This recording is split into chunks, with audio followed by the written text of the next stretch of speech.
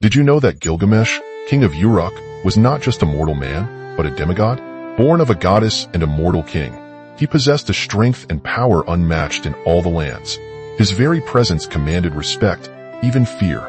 His city, Uruk, a vibrant tapestry of bustling markets and towering ziggurats, thrived under his iron fist, or rather, his ironclad resolve.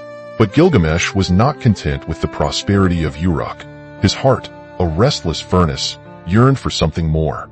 He craved immortality, a whisper of eternity in the face of the inevitable. He roamed the wilderness, a lion unchained, seeking the elusive fountain of youth, the legendary waters that promised everlasting life. He braved the treacherous mountains, their peaks piercing the heavens, and the scorching deserts, where the sun beat down like 1,000 hammers. He encountered monstrous creatures, their roars echoing through the valleys, their eyes burning with ancient malice. He faced down the scorpion men, their stings like molten lead, and the bull of heaven, whose horns scraped the clouds. He fought them not with weapons of steel, but with the raw power of his godlike physique and the unwavering spirit that burned within his soul. His journey wasn't without peril. He faced treacherous landscapes, battled terrifying beasts, and encountered the whispers of forgotten gods. He learned the secrets of the universe, not from books or scrolls, but from the very heart of the wild itself. He witnessed the fleeting beauty of 1,000 sunsets, the eternal darkness of 1,000 nights. He tasted the bitter tears of loss, felt the sting of defeat, and carried the heavy weight of his own mortality. One day, he stumbled upon a hidden grotto, deep within the earth. Within it, a colossal statue of a serpent, its scales shimmering with an inner light, guarded a hidden spring.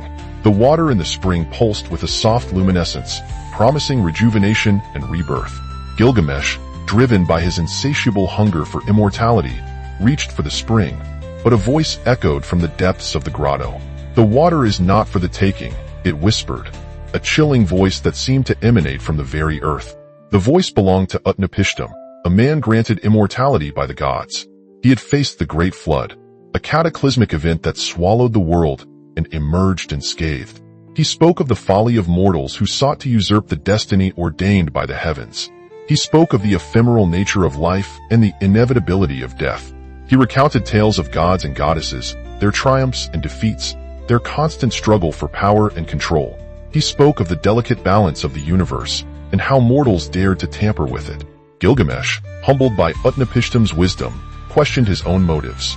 Had he been blinded by his desires, rushing headlong into a pursuit that was ultimately futile? He realized that immortality was not a tangible prize to be grasped, but a state of being, a way of life. It wasn't about evading death, but about living fully in the present moment, embracing the beauty of life, and creating a legacy that transcended his own demise. He returned to Uruk, a changed man. He used his strength, not for conquest or ego, but for the betterment of his people. He built magnificent temples, erected towering walls, and fostered a society that flourished under his just and compassionate rule. He understood that the true glory lay not in the pursuit of eternal life, but in the creation of a legacy, a testament to a life well lived. He had become more than a king. He had become